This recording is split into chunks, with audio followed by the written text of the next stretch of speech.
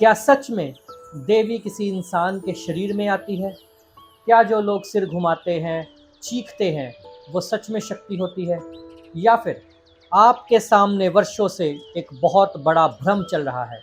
आज की इस वीडियो में मैं आपको वो सच बताऊंगा जो शायद किसी ने आज तक आपको नहीं बताया।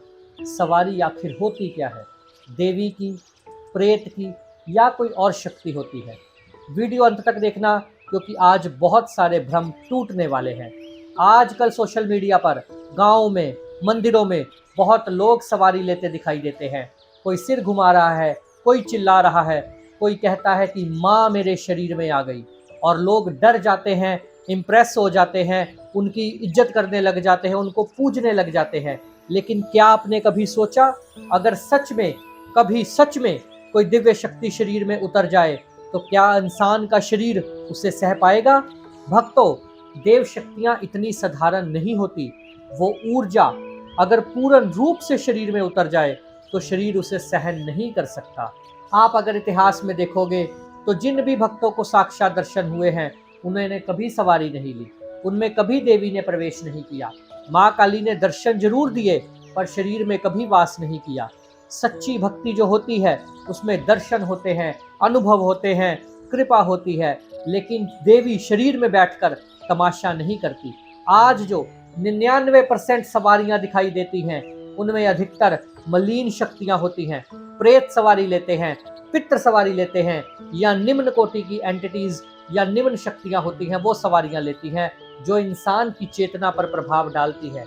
अब मुख्य सवाल यहाँ पर जो आप लोग पूछते हो कि कैसे पहचाने कि सवारी शुद्ध है या मलिन है, ध्यान से सुनिए मेरी बात को। अगर सवारी आने के बाद व्यक्ति थक जाए, शरीर टूटने लगे, कोई ना कोई बीमारी लगी हो, तो समझ जाइए यहाँ पर कुछ नेगेटिव एंटिटी है, कुछ गलत जरूर है। क्योंकि मलिन शक्तियाँ जो होती हैं वो शरीर से ऊर्जा खींचती है। और जो सबसे बड़ा संकेत है, सिर घुमाना। जो शक्तियाँ सिर घुमाती हैं, चीखती हैं, डर पैदा करती हैं, वो दिव्य शक्तियाँ कभी हो ही नहीं सकती।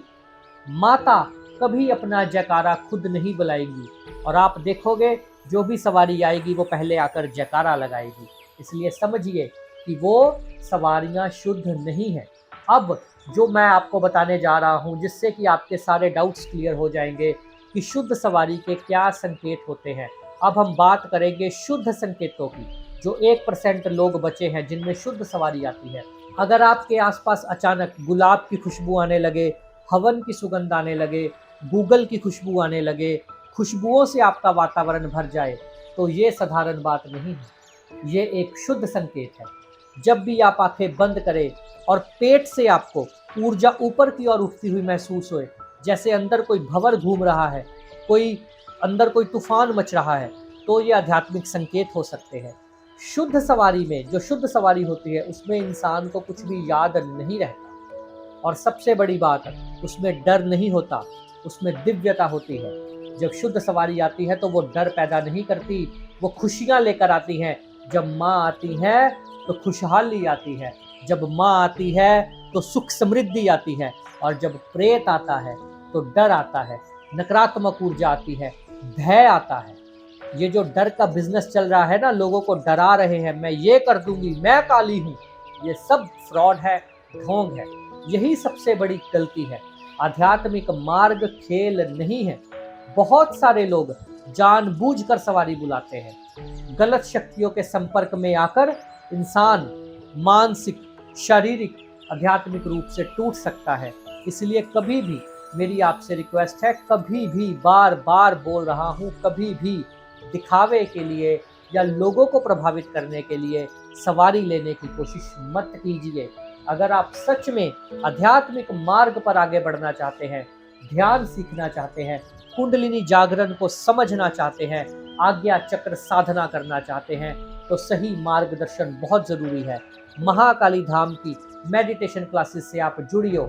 जो लोग भी नेगेटिविटी, पितृदोष या सवारी जैसी समस्याओं से परेशान हैं, वो धाम से संपर्क कर सकते हैं।